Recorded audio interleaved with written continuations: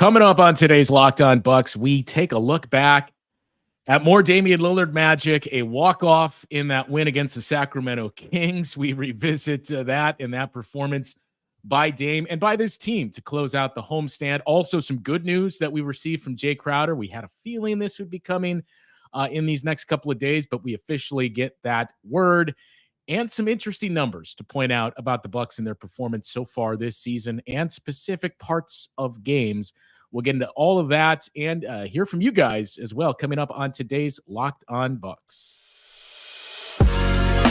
You are Locked On Bucks, your daily Milwaukee Bucks podcast, part of the Locked On Podcast Network, your team every day.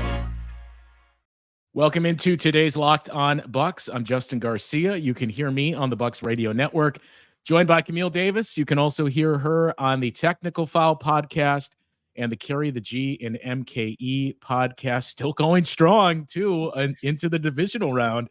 We are, of course, free and available wherever you get your podcasts and on YouTube, part of the Locked On Podcast Network, your team every day.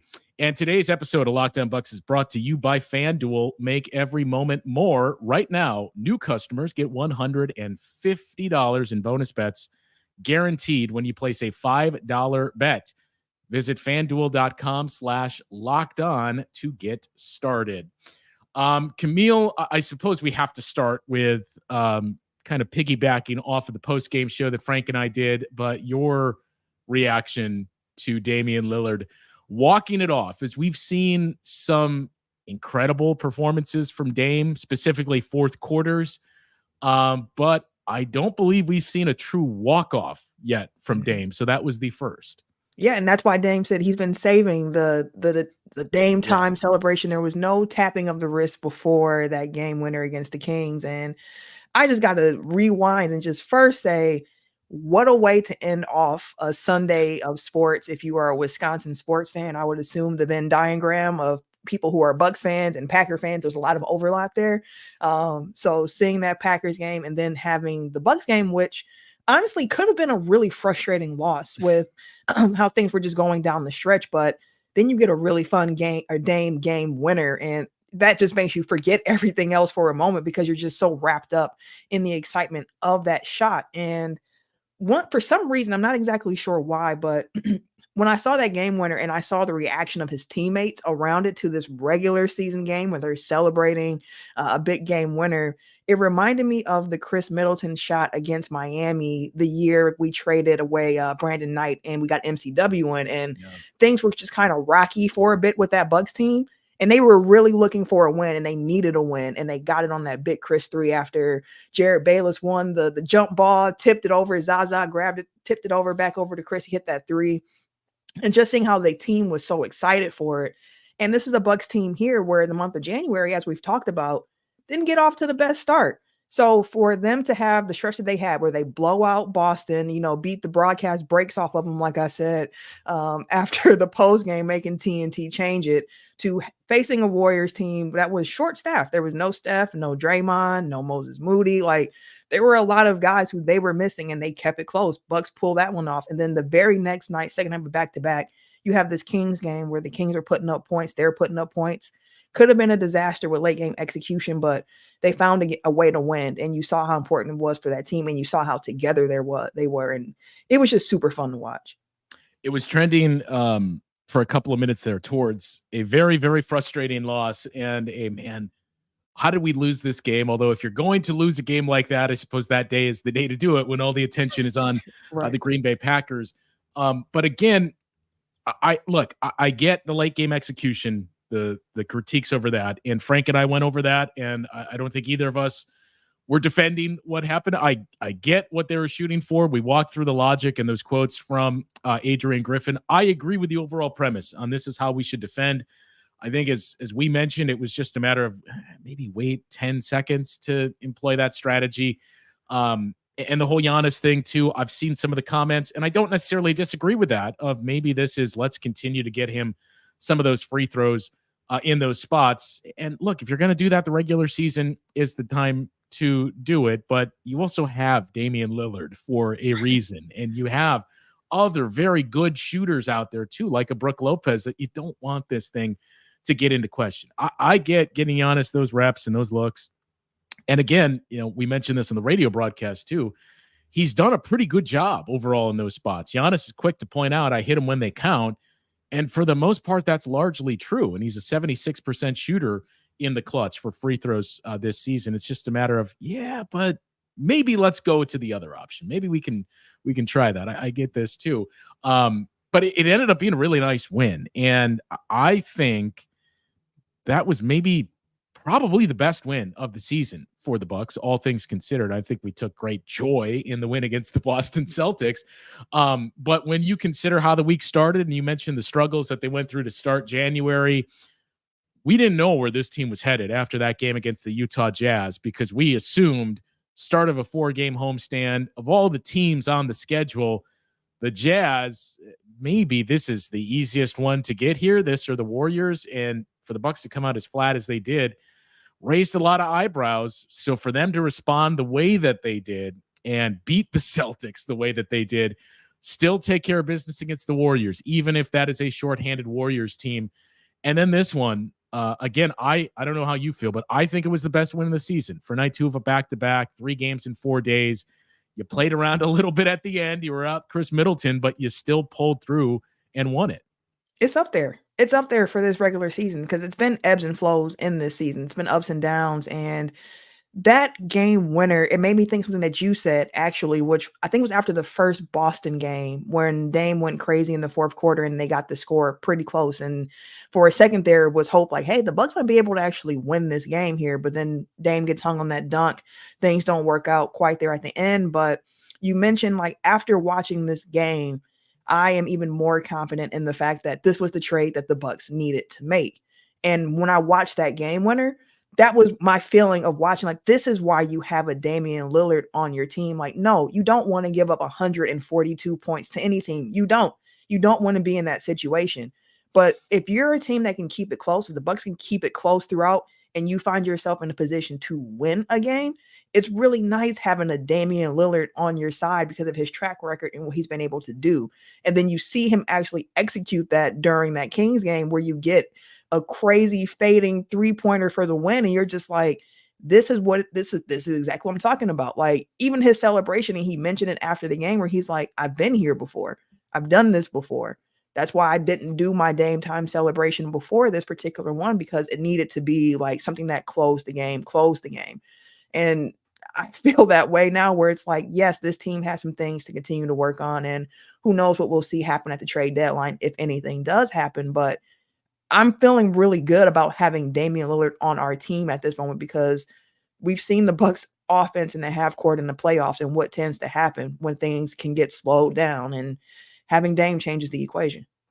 Well, and I think what all of us feel most good about, if that even is a phrase, is we've talked about it before with some of these Dame fourth quarters, in that it truly does not matter what he's shooting for the first, not even 3 quarters, for the first 43, 44, 45 minutes of the game, that he still strikes that fear in you, and you have to look for him. He could be 0 for 17, and whoever it is you're playing, they're still game planning of, can't let Damian Lillard take this shot. And that's the importance that he brings. That's what he's going to open up for Giannis and Chris Middleton and the rest of this group. And why we're in agreement that, I think even through the issues and the struggles, I think we are all kind of aligned of, I get it's a bummer to lose Drew Holiday, and especially to see him go against a team you may have to go through to win the Eastern Conference. But this was a move that the Bucks needed to make.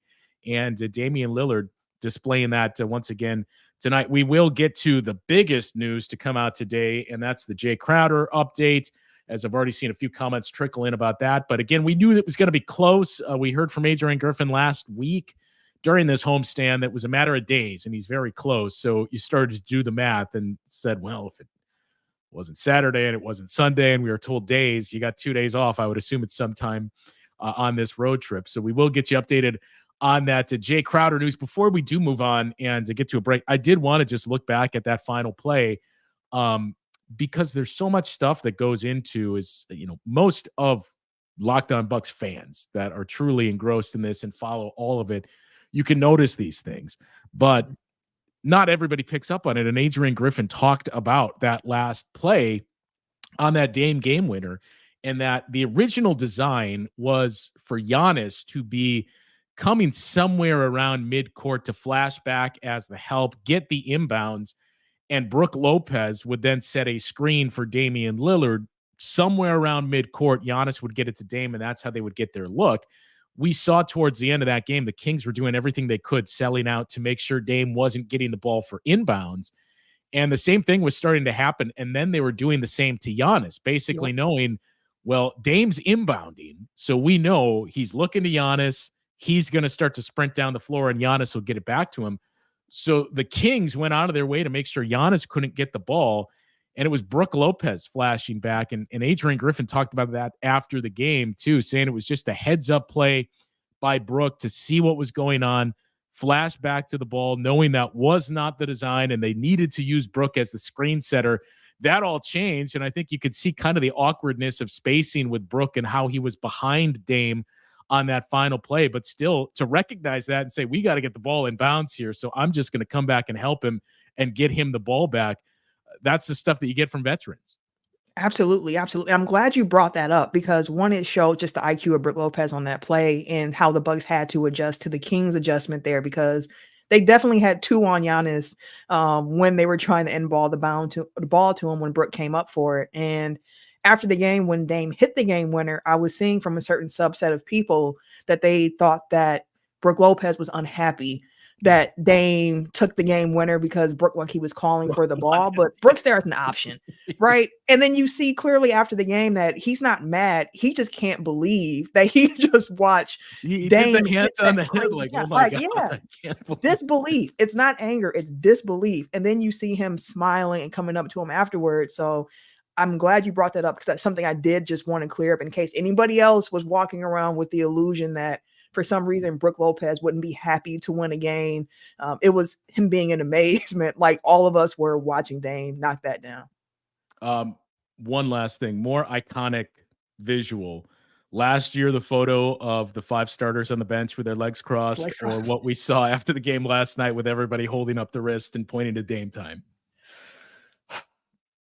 Oh, that's a hard one because the bench one, you don't see that often. Dame time, we've seen the celebration, but I don't think I've seen the full team doing it. And Giannis even slid down his shoulder pad to make it like a watch on his wrist. Yes. Maybe it's the recency bias. Let me go with the Dame picture. Yeah, well, and hopefully because last year it didn't end up well for the Bucks with the way things rolled out there. I mentioned the Jae Crowder news. We see a couple of comments popping up too about Jae Crowder and his pending return. We will get into that, and also some interesting numbers if you're in that camp that thinks, hey, we're just starting to catch our stride, or the Milwaukee Bucks. We have some interesting numbers to back that up as well. We'll get into it after the break.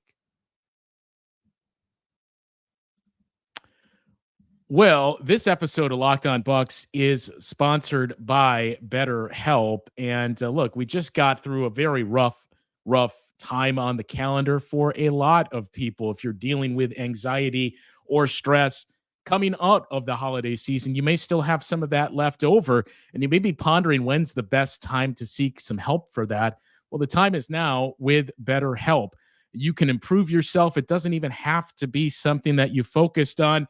Just any type of personal growth that you're looking for, because we can get obsessed with how to change ourselves coming out of the new year. And that's where BetterHelp is here to assist you. They offer a wide variety of ways to do this to you. Therapy helps you find your strengths. You can ditch the extreme resolutions and make changes that really stick for you. So if you're thinking of starting therapy, give BetterHelp a try. It is entirely online. It is designed to be convenient and flexible, and most importantly, it is suited to your schedule. All you have to do is fill out a brief questionnaire. From there, you'll get matched with a licensed therapist. You can even switch therapists at any time for no additional charge. Celebrate the progress you have already made. Visit BetterHelp.com/LockedOnNBA today, and you'll get 10% off your first month. That's BetterHelp, HELP.com/LockedOnNBA. And Camille, as people are watching this show on YouTube now, we should also remind them that Locked On has launched the first ever national sports 24/7 streaming channel on YouTube. Locked On Sports Today.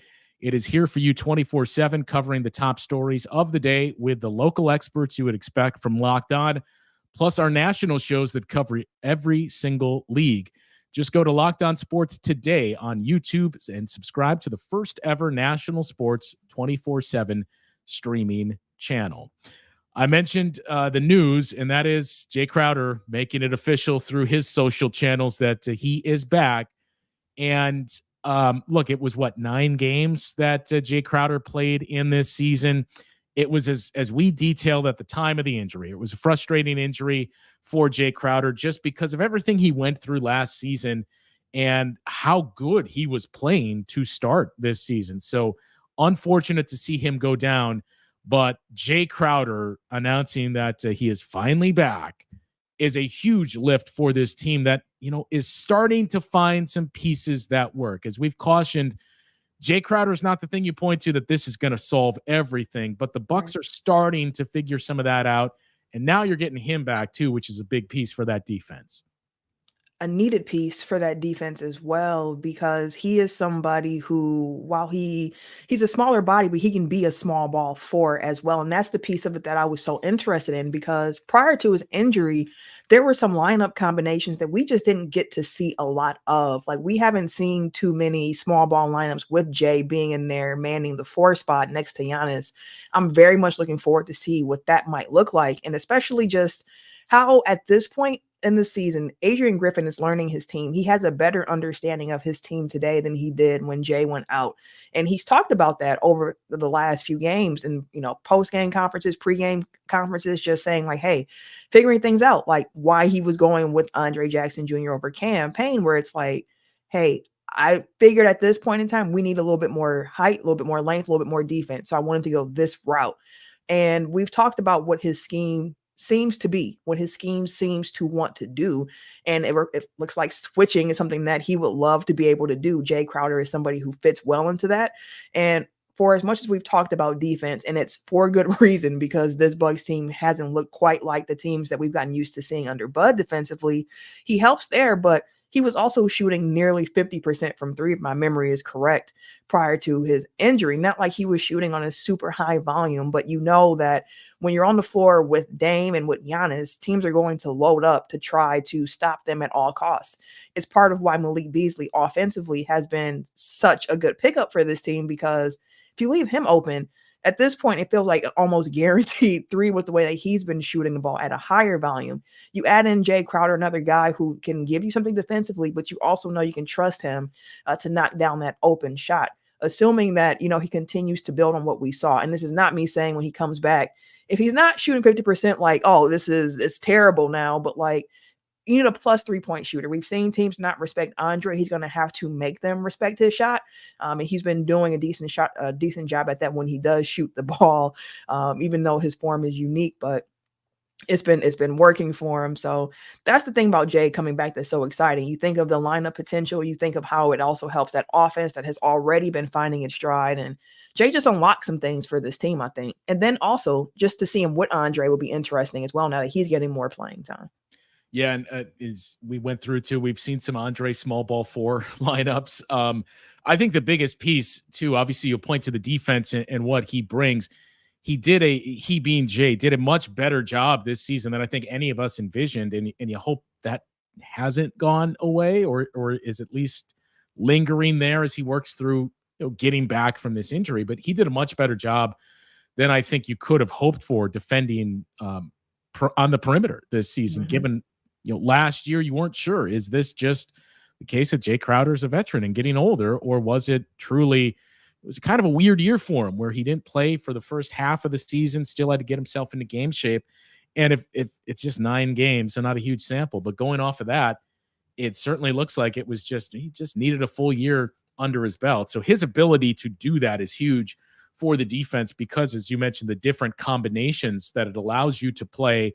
And look, it's not to say that Brook Lopez has no place on this team. You just need more ways to play. And you go back to the championship season, Brook was a big piece of that. but so was PJ Tucker, and so was the ability to play Giannis at the 5 and play smaller in some of those spots and be able to switch 1 through 5 when you had Drew Holiday there. So you need that, and Jae Crowder's a big piece of being able to do that. And I think it comes at especially a good time for Jae in that, we've talked about Bobby a lot this season and some up and down play, and the numbers, as I think any of us would imagine, he's much better at home than he is on the road. And the numbers back that up. He's not only scoring more and getting more rebounds, he's doing it more efficiently. And I think it's probably clear to see why when you see the impact that he has in that building and with the fans and how much Bobby thrives off of that.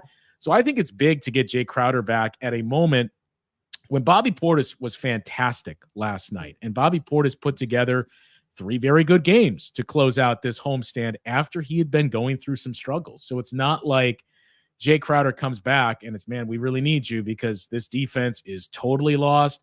Bobby Portis is going through some struggles. So no pressure, Jay, but step in and basically be the savior for him to come back when this team is starting to play better. Again, still areas to clean up defensively, but starting to put together some more of those quarters where you see, okay, we got to see it for 48 minutes, but we're at least seeing it for extended stretches is going to be especially helpful to Jae Crowder as well. It is. And I just saw a comment come through from Andrew just talking about defensive issues that they've seen, mentioning the fact that it always seems like there's a backdoor cutter who comes in behind the paint and it's like an easy pass, layup, or dunk situation. And how can Jae help that if he does help that?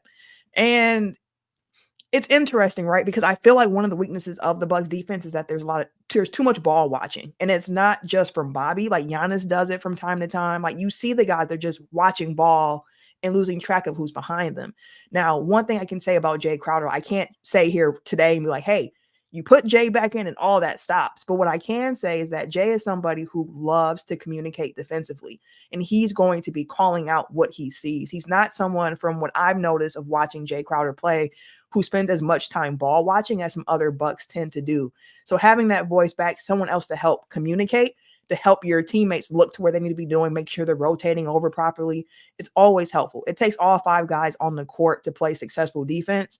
You add in a piece like Jae Crowder who's good at that, and like it should help. Now, I'm not saying it's going to fix everything, but like it definitely should help. Yeah, and a couple of those other points, as we saw Tyler mention too, Jae was defending 2s and 3s and 4s. Yep. And again, just 9 games, but he was hitting the 3 at a high percentage. You mentioned the percentage that he was hitting at. So that's big to get that back because you need that defensive help. But I think that's what we've seen from Andre Jackson Jr. As much as we love him, and he's going to have some ups and downs, is you still see the biggest difference is he is a defensive playmaker. Mm-hmm. But when he's on the floor, it changes how teams have to defend the Bucks. That you'll see the swing and moving to Andre in the corner. They're going to sag off of him and immediately start to rotate back and say, if he shoots it, fine, but it's not Malik Beasley. So that's big for Jae to be able to add that lift offensively as well. The other thing that Nate points out is it's going to take a couple of weeks for him to get back into form. I agree. And that's, again, where it's especially nice that this isn't coming at a moment where it's, man, we absolutely need him. If it wasn't immediately after the Jazz game and Bobby and others going through a prolonged slump where that pressure is on everyone to say, hey, Jae, we need you to be the guy you were for those first 9 games of the season. That's big to help him out as well, coming back from this injury. So it's things starting to trend in the right direction. I don't think either of us are sitting here saying they fixed everything and this team is better than the Celtics. I feel really good. I think overall it is fine to feel good about where this team is at 28-12. And, some of the numbers that we'll get to in the next segment, it's kind of however you choose to view this, but there's some interesting things to point out about the level of competition that they've played and how they've performed in those games so far this season. We'll get into that conversation and a few other things to look back on and to clean up from what we saw last night or the game on Sunday night against the Sacramento Kings. We will get into that discussion coming up after the break on Locked On Bucks. Well, I know we come to sports oftentimes to escape some of the crazy realities of real life, but if we can just talk for a minute about preparing for real life. According to the FDA, pharmacies are running out of antibiotics like amoxicillin, and this is coming right in the middle of the worst flu season in over a decade. I can't imagine a more helpless feeling than knowing somebody that you know needs that and can't get what they need while a supply chain issue is going on. Thankfully, we'll be okay because of Jace Medical. The Jace case is a pack of 5 different antibiotics to treat a long list of bacterial illnesses, including UTIs, respiratory infections, skin infections, among others. This is all stuff that could happen to any of us. Visit jacemedical.com and complete your physician encounter. It'll be reviewed by a board-certified physician, and your medications will be dispensed by a licensed pharmacy at a fraction of the regular cost. It has never been more important to be prepared than today. Go to jacemedical.com and use the offer code LOCKEDON to get your $20 off order. Jace Medical, that's JASE medical.com. Camille, I mentioned these numbers that I did want to point out here, but let's just go back to that game against the Kings for a brief moment here and talking about whether or not that was the best win of the season. I think to date, yes. But when you think about the most fun games we've seen from the Bucks this season, I think to me, really 3 stand out, and they're all for different reasons. One would be the season opener when we finally got to see Damian Lillard and just hearing the crowd reaction when you were waiting for the starting lineups and you hear wearing the letter O and Damian Lillard and realizing, holy cow, this is a reality. He's wearing a Bucks jersey. And then the way that Damian Lillard played down the stretch in the fourth quarter to help the Bucks beat the Sixers. Obviously, beating the Boston Celtics doesn't matter what the scenarios were. And funny how that works. So the Bucks are on night 2 of a back-to-back without one of their big players, and they still managed to win in overtime. But nonetheless, beating the Celtics always going to be a fun one. This one, though, had everything. That it was a very competitive game from start to finish. There were lead changes. You had shot making from both these teams. Whether or not the defense played a role in that on either side, it was just a fun game to be a part of. So not only was it the best win, that was maybe the most enjoyable experience. And I think certainly coupling that with what happened earlier in the day and just walking around the building, me and Dave Kane and our engineer watching parts of the Packer game on our phones as we were getting ready for the game and just seeing everybody else doing the same and knowing the Packers won. And now we add this too. It was probably the most fun day of the Bucks season so far. Yeah, I was thinking more about that because when you asked it earlier, I was like, that's a great question. Like, it has to be up there. Like, the only games that come to mind, you mentioned the home opener, which season opener, where you're like, yes, this is our first time seeing it. And we got some cool Dame moments. The Indy win was fun for its own host of reasons by that point, and then Ballgate afterwards. But I mean, Giannis dropping 64 and the franchise record, that was a fun one. And then a sleeper fun game for me this season, the first Cleveland game that we had where they were kind of down. They had to come back a bit there, and it was back and forth a bit. And then the Bucks just kind of pulled away with it. That was a fun one to watch, but nothing quite like this Kings finish there, because I think when you have those moments of frustration that turn into moments of euphoria, it's something about that combination where you're like, well, this is over. Like we're not doing, like, it's not going to happen. Like, we're down 6 in overtime now. Like that's a pretty, it feels sizable at that point with only so much time left. And then you get the big Pat 3, the big Brook 3, and then you get a Dame game winner. Like, there were some moments in that game. And then you have the Giannis shoulder sleeve. Like, it's one of those games too, where visually it's going to stand out unless Giannis adopts a shoulder sleeve from here on out. Like, triple-double Giannis. Like, there was so many things in that game, and there wasn't even any Chris Middleton to lean on there. So my personal fan bias part of me is going to say, if there's no Chris Middleton, like, I can't fully enjoy that victory. No, I'm joking. But yeah, it's definitely up there. Yeah, and look, those are all good things to bring up too, because last night Dame gets the headlines, and rightfully so, when he hit a 35-footer at the buzzer for the win. But as you mentioned, Giannis had a triple-double. I think 8 players, each team had 4 players, I believe, score 20 or more points. So you had that volume of scoring. Dame and the game winner that he had, but none of that is possible without that three by Pat Connaughton after the Bucks had some good looks earlier in overtime that they just missed. And yet Pat Connaughton hits that three to tie the score. And I mentioned this on the radio broadcast too, but I do wonder, we won't hear from Mike Brown because he was ejected by that point. But did you see the press conference, by the way? I did. When he pulls up the laptop? And look, I'm not one to blame the officials and harp on that. And as my broadcast partner will be quick to point out, if you guys think NBA officials are bad, you haven't experienced a full season of college basketball and what some of those calls can be like.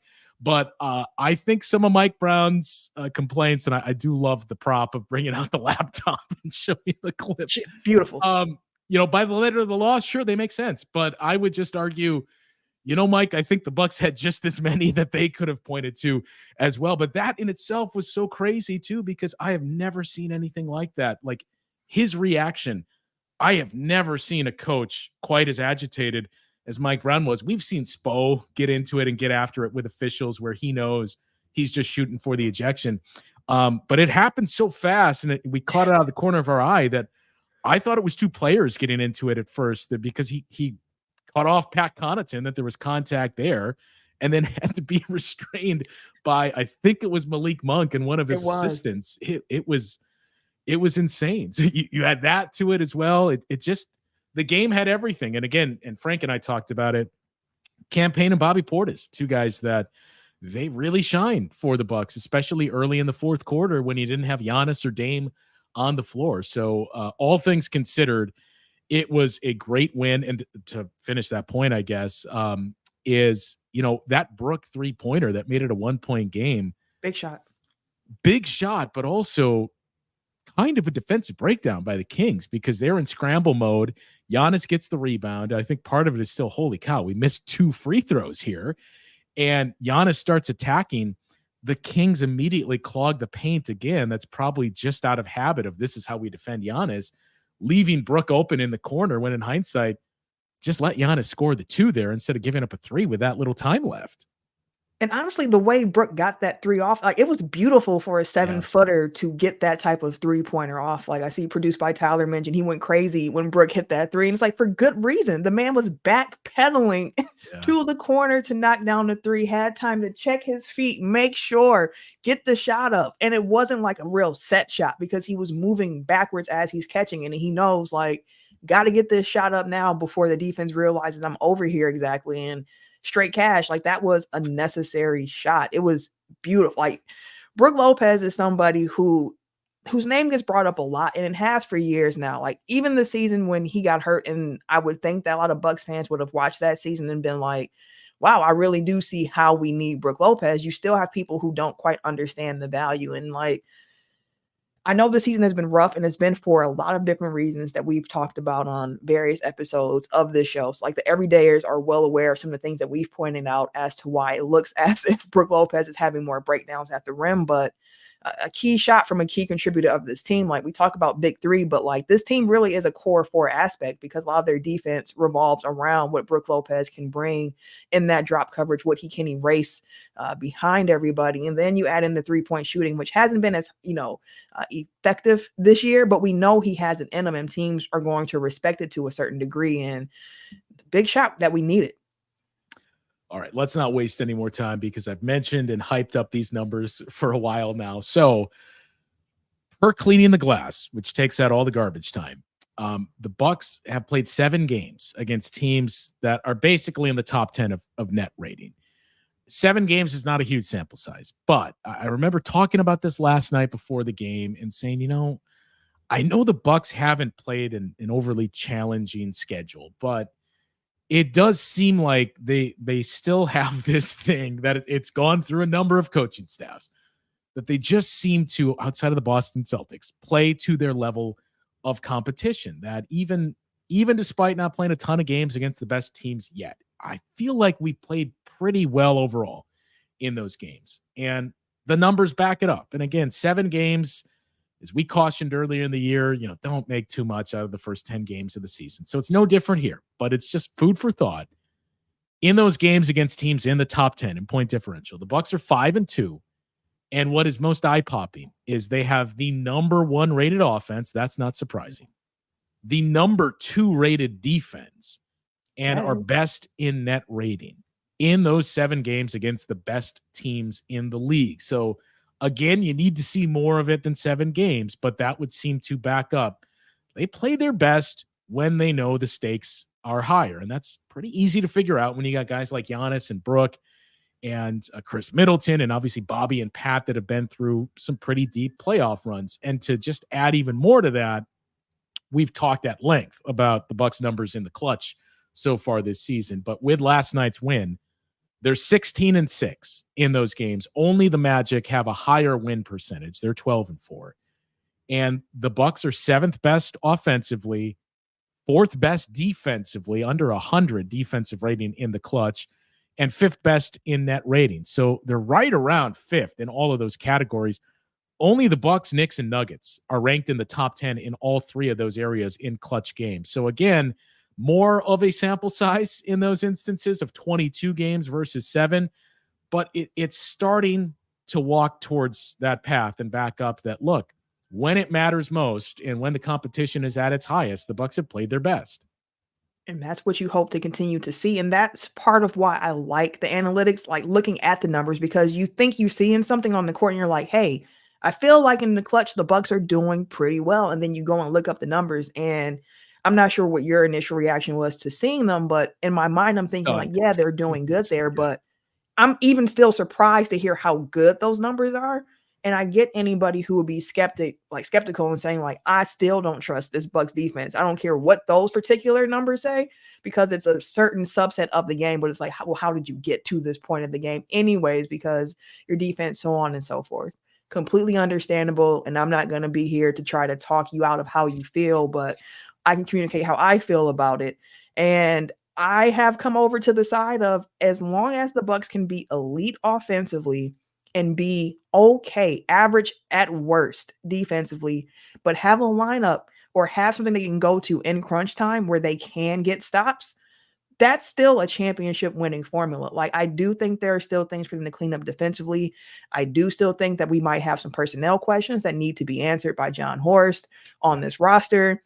But with the team here, like, I still think this team has a chance to do something special, even if they didn't make chance. Like, you can see the outline of where you're like, this is actually working. Like, there are things that for sure can be better. And you would like to see it be better more consistently. And I think that's the piece of it as well. Like, do it consistently so we can have that confidence in you. But if they can continue to perform at the very least consistently in crunch time, I'm going to go into the playoffs feeling pretty comfortable about what the Bucks can do. And this part backs the eye test, in that if we just looked at point differential in those games against the top 10 teams, the top 5 in terms of net rating in those games, the Bucks number 1 by a wide margin, 10.8. Next up is the Thunder, who are 3.9. But the top 5 are the Bucks, the Thunder, the Celtics, the Nuggets, and the Clippers. And those have largely been either teams that have been very good to dominant so far this season, or teams that you look at and you say, I trust this team. And with the Clippers, I know that's maybe a tough sell, but it's moving towards, it's getting hard not to trust this team if Kawhi is healthy and Harden is playing the way that he is. So that part, it's not like, wow, this seems like this is a crazy outlier. I think the way the Bucks have done it, probably there is some outlier factors there. And certainly that game against the Celtics went a long way in pushing the Bucks numbers up. Now, this takes out garbage time, but still that goes a long way in propping up some of those numbers. But that's the company that the Bucks are in with how they've performed in those categories. And conversely, when you look at some of those younger teams that have been hovering around the top this season, I think everybody has kind of pointed to, I want to believe, and certainly teams like the Timberwolves and the Thunder, as Bucks fans can relate to, you're happy to see successes from teams like that because you went through the same thing for decades. But I think everybody points to, look, I'm glad that they've got it turned around, but I need to see more of it before I really trust it. The Bucks went through that the first couple of years of Mike Budenholzer as well. And that's kind of what it's been when you look at these numbers. Thunder have been pretty good defensively. Their offense has just been slightly better than that in these spots. That's not too surprising when you look up and down at that team and think, I know Shea Gilgeous-Alexander is going to be able to get me a basket in the half court. Who else on that team in those big spots do you really trust to do that? The Timberwolves, kind of a same story, that obviously Rudy Gobert has been huge for their defense. Anthony Edwards can defend, and they have some nice team defenders. Their defense has taken a little bit of a step back. Not that it's been bad, but a little bit of a step back against those top teams. That's been the offense, too. That's just been okay. They have a flat net rating. So those things kind of line up with what you would assume to be the case. And again, it's 7 games, so it doesn't mean, hey, it's fixed and this defense is all of a sudden good. But I think these are the signs that you look to, and these are the things that I'm sure Adrian Griffin looks at when he says, I like where we're headed, and I think we're starting to do things the right way and moving in the right direction. So as people have pointed out, now the important part is this is a pretty winnable stretch that the Bucks are entering. I saw people questioning too, why is this the schedule that the Bucks have? Well, it's because that's what the schedule makers put on the schedule. That's what they have. But yeah, your next 5 games are not only all within the division, but they're against 2 teams. So you're in Cleveland on Wednesday. Then you have 2 straight series. You have that baseball series in Detroit against the Pistons. Thankfully, it's a 2:00 tip on Saturday, meaning all of our post-game stuff should be done by 6:00, leading into a big football game that night. And then Monday night, and then you got 2 at home against the Cavaliers. So look, we've mentioned it quite a bit, but these are the important stretches of the schedule to keep piling up these wins and keeping the pace with the Boston Celtics, because as we've continued to hammer people over the head with, it changes, and it changes rapidly. That schedule does for the Bucks once you especially get past the All-Star break. So you got to take care of those winnable games in the meantime. Yeah, now's the time. Like, we've talked about what the beginning of this season is a lot for this team. They're learning. NBA teams don't get much time to practice during the regular season. So a lot of times they're using game reps to try to get concepts down, figure things out in real time. And then they take a look at the film through walkthroughs, whatever the case may be. And then they try to go and implement that during the next game, which is part of why you enjoy having the 82, because you have a chance to work through things. And I know with us here doing Locked On Bucks, for all the fans who are watching every single game, you live and die by every single game because you're invested in it. We're talking about it. So you can sometimes lose track of the bigger picture because you're looking at what's happening on this day. But we're about halfway through the season. And even with all of the things that we think that the Bucks might need to still improve on, they're second in the East. Some are saying that's like empty calories, but hey, listen, I'd rather be full on empty calories and figuring things out. You know what? Sometimes empty calories taste good. Sometimes you want a Big Mac, okay? You know it's not as good as the salad, but sometimes you want the Big Mac. But like seriously, like it's a time for the Bucks to get these wins so that you hope the case is that after All-Star break, when you're starting to head into the playoffs, now you're starting to play some of your best ball. I would rather this team start peaking after All-Star break than have already achieved it now and then stuff starts falling apart. So that's part of the joy of the 82. You get Jay back, you can try some new things out. I'm really excited, like I mentioned before, to see if Griff tries some new things with Jay this time around since the last time we saw him, since he only got to play in like the first 9 games of the season. And I feel like Griff's done some different things since then. So it'll be interesting to see. Like, again, we do this. We talk about the Bucks every day, and there are people who watch the Bucks every day. And I can speak for everybody by saying like, I'm looking forward to continuing to watch how this season unfolds, because that's the only way we know exactly how it's going to go. And by the way, I said sometimes empty calories taste good. All the time they taste good. That's why they're empty calories. We'll be back with another show tomorrow, and I do want to get into some of the more rotational based questions. Frank and I touched on it a little bit after the game against the Kings, but we've seen some interesting things for a couple of players. So we'll get into that because, as we mentioned, you know, when somebody comes back, the minutes got to come from somewhere. So Jae Crowder is going to take minutes from someone as we have a better idea of what to expect in terms of his onboarding and getting back into the swing of things, and see what his minutes restriction, if any, will be. We'll get into that discussion too of where are those minutes going to come from Jae Crowder. So we'll get into that and a little bit more of a preview of the Cavaliers for a one-off on the show tomorrow. Thanks to everybody for hanging out for the last handful of minutes here on the live show. For Camille, I'm Justin. We will talk to you once again tomorrow.